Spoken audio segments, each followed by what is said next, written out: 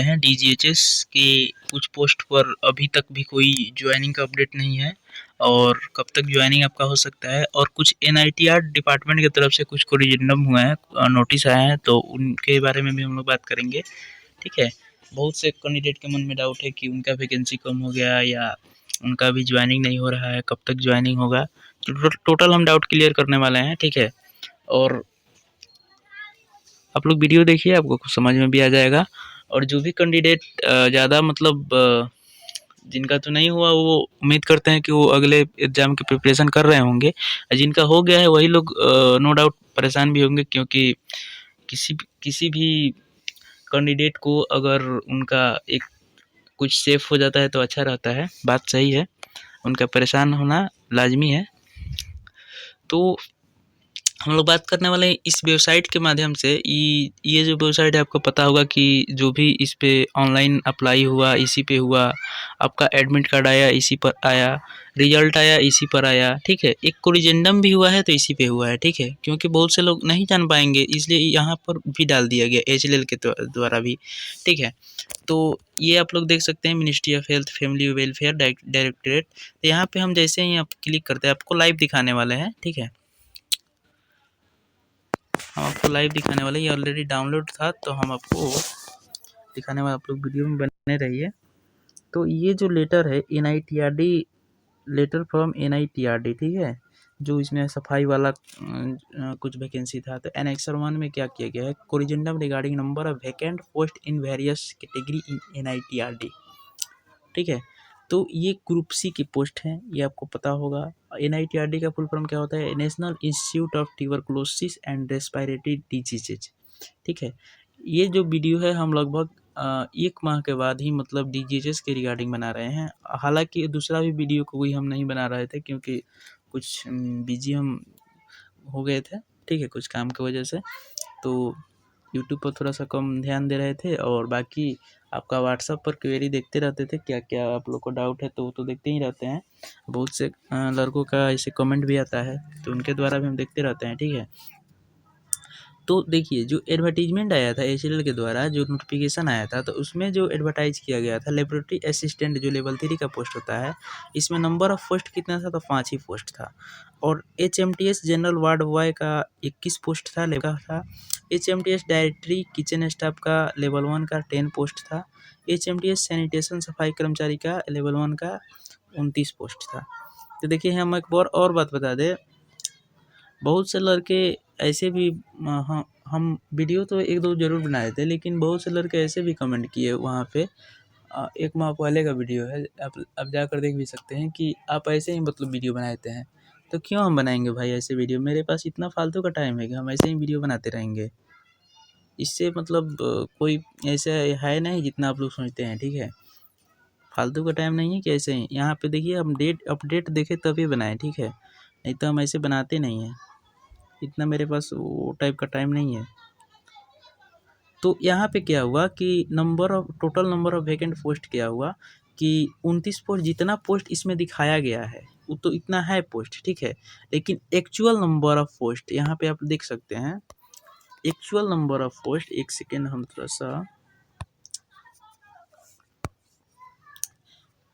Actual जो number of post है ये वाला है। ठीक है ना, ये वाला जो पोस्ट है एक्चुअल नंबर ऑफ पोस्ट है। तो इधर हुआ क्या कि इधर देखिए, आप इधर देखिएगा ओबीसी का जो सीट है, कहीं भी आप किसी भी वैकेंसी में देखिएगा तो यूआर से थोड़ा सा ही कम रहता है ओबीसी का सीट। लेकिन इधर हुआ क्या कि ओबीसी का सीट क्या हुआ कि बहुत ही मतलब लेस अमाउंट में है। और फिर इधर एससी कैटेगरी का जो सीट है, एससी कैटेगरी का इधर ज़्यादा है। तो देखिए, जो नोटिफिकेशन आता है उसमें लिखा रहता है कि कुछ भी अगर गलती होता है तो मे बी चेंज, मतलब आगे चेंज हो सकता है। तो उनका तो राइट है, नोटिफिकेशन जो भी रिलीज कर रहे हैं, तो किसी से भी मिसप्रिंट हो सकता है, उनका राइट है, चेंज कर सकते हैं। ठीक है। तो वहाँ पे क्या हुआ कि एक्चुअल नंबर ऑफ पोस्ट के क्या किया गया, मतलब जो भी था एक्चुअल पोस्ट था उसको कोरिजेंडम करके फिर से दिया गया। यूआर में तो ठीक है सीट, जो भी सीट है यूआर में सही है। आपका जो मिसमैच हुआ था कि इसमें ओबीसी और एससी में, तो एससी कैटेगरी वालों को थोड़ा सा बहुत ज़्यादा दिक्कत हो गया, क्योंकि उनका जो रिजल्ट था, हालांकि उनका रैंक के अकॉर्डिंग रिजल्ट था। ठीक है। लेकिन बाद में कोरिजेंडम करके उनका बहुत ज़्यादा दिक्कत हो गया, क्योंकि उनका ऑलरेडी बहुत ही सीट जहाँ 10 पोस्ट जहाँ उनका था, ये वाला ओबीसी का सीट में इंक्लूड थे, उनका क्या हुआ कि 2 ही सीट बच गया एससी कैटेगरी का, ठीक है। एसटी कैटेगरी का भी पहले ही 2 सीट था, अभी भी 2 सीट है, लेकिन ओबीसी और एससी कैटेगरी वालों को ही इधर मतलब इधर से उधर कर दिया गया, ठीक है। तो इसमें मतलब कोई दिक्कत वाला बात नहीं है। ओबीसी का सीट हमेशा आपको देखने को मिला होगा कि ईवर रहता है। तो इधर हुआ क्या कि ओबीसी का जो भी सीट है 2 सीट हुआ लेबोरेटरी असिस्टेंट में, 21 पोस्ट था, जिसमें से 7 पोस्ट जो था एचएमडीएस वार्ड बॉय में, 60 पोस्ट, ये जो 7 पोस्ट एससी में पहले था, लेकिन अब क्या हुआ, यही जो एससी कैटेगरी वाला था यही ओबीसी में इंक्लूड हो गया, ठीक है। और एससी कैटेगरी में कितना सीट है, तो 2 सीट है, ठीक है। इधर देखिएगा किचन स्टाफ में तो एससी का कोई सीट नहीं बचा, ओबीसी का 3 सीट है, ठीक है। यूआर का 5 सीट है। तो देखिए कोई भी SC ST EWS OBC category वाले अगर एज क्राइटेरिया फुलफिल करते हो, मेरिट क्राइटेरिया फुलफिल करते हैं, तो वो यूआर में काउंट हो सकते हैं, कोई दिक्कत वाला बात नहीं है। अब देखिए इधर सैनिटेशन सफाई कर्मचारी का, इधर देख सकते हैं आप लोग, एससी का मात्र 2 सीट बच गया और ओबीसी का कितना बच गया, 10 ही सीट बचा, 10 सीट आ गया, ठीक है। लेकिन इधर क्या हुआ था, सैनिटेशन सफाई कर्मचारी का बहुत से लोग डाले होंगे ये सब देखकर सीट पहले, तो उनका डालना उनमें तो गलती नहीं है, ये नोटिफिकेशन रिलीज हुआ तो उनका गलती है, ठीक है।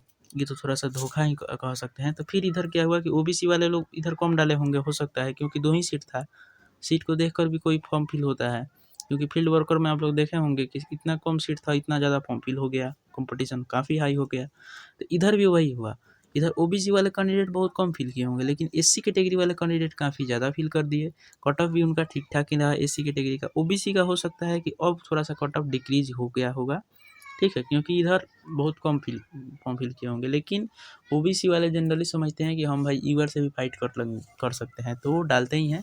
लेकिन थोड़ा सा 1-2 नंबर इधर उधर भी हो जाता है तो कैटेगरी का लाभ मिल जाता है, तो उनका सिलेक्शन होने का ज़्यादा चांस रह जाता है। तो यही हुआ है ओबीसी कैटेगरी वालों का, थोड़ा सा सीट इधर इंक्रीज हो गया है, एससी कैटेगरी का सीट कम हो गया है। तो जो भी कैंडिडेट अगर ईवर से क्वालिफाई होंगे तो उनका कोई दिक्कत नहीं है, उनका ज्वाइनिंग जरूर होगा, ठीक है।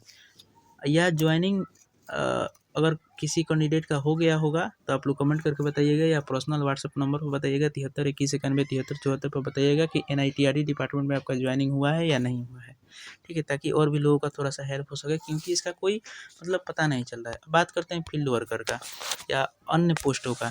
तो जो भी आपका पोस्ट है ऑलरेडी 1 माह प्लस हो चुका है डीवी का, तो आपका ज़्यादा पॉसिबिलिटी है कि आपका ज्वाइनिंग वगैरह हो गया होगा, ठीक है। तो कोई भी पोस्ट हो, अगर आपका ज्वाइनिंग हो गया है तो आप लोग अगर कमेंट नहीं कर सकते तो पर्सनल व्हाट्सएप पर बताइए, ठीक है, कि आपका ज्वाइनिंग हो गया है, ठीक है। बस इतना ही लिखिएगा ताकि और भी लोगों को पता चल सके। थोड़ा सा फीडबैक दीजिएगा, तभी पता चल जाएगा, आपके दोस्तों को भी पता चल जाएगा, ठीक है। फील्ड वर्कर की बात करें तो अभी तक कोई मेरे पास इन्फॉर्मेशन है कि उनका ज्वाइनिंग आया है। हाँ, डीवी का इन्फॉर्मेशन है कि डीवी कंप्लीट हो गया है।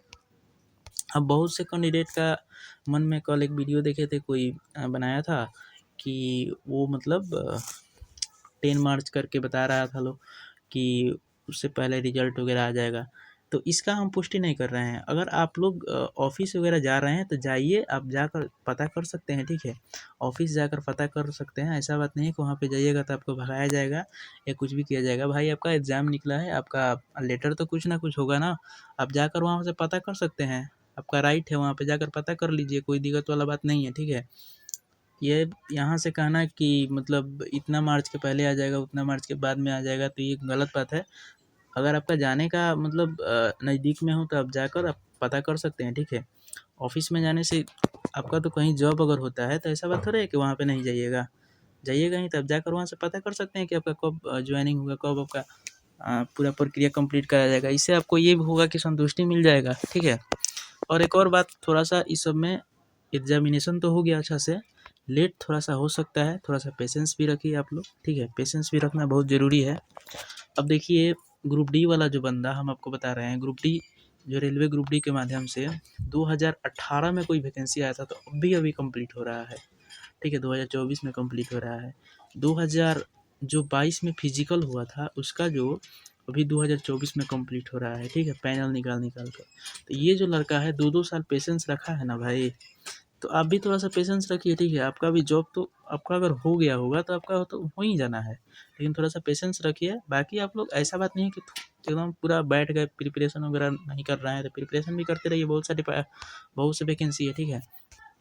जैसे आपका अगर अभी के डेट में बात करें तो अभी हाल फिलहाल में अभी डीएसएसबी की तरफ से वैकेंसी कुछ निकाली जा रही है, ठीक है। स्टेट गवर्नमेंट की तरफ से बहुत सारा वैकेंसी निकाली जा रही है, ठीक है। तो आप लोग कमेंट करके बताइए कि आप किस चीज़ का अभी प्रिपरेशन कर रहे हैं। एसएससी की तरफ से काफ़ी भर के अभी वैकेंसी आने वाली है। एसएससी का वेबसाइट भी चेंज हो गया है, ठीक है। तो जैसे ही वेबसाइट अब चेंज हो गया है तो रजिस्ट्रेशन वगैरह आप लोग कर लीजिएगा, सभी को करना पड़ेगा, ठीक है ना। तो उनका जो है एसएससी की तरफ से भी पहले सिलेक्शन फेस का आएगा वैकेंसी, फिर सीएचएसएल का आएगा। तो अगर जो इंग्लिश में कमज़ोर होंगे इंग्लिश वगैरह पढ़ते रहिए, क्योंकि एसएससी बिना इंग्लिश का होगा नहीं। एसएससी का तैयारी कीजिए, आपका जितना भी वैकेंसी आएगा सब आपका क्लियर हो जाएगा, ठीक है। तो चलिए, उम्मीद करते हैं कि आपका जो डाउट था कुछ ना कुछ क्लियर हो गया होगा, ठीक है। अगर नहीं क्लियर हुआ होगा तो कमेंट करके बताइएगा, ठीक है।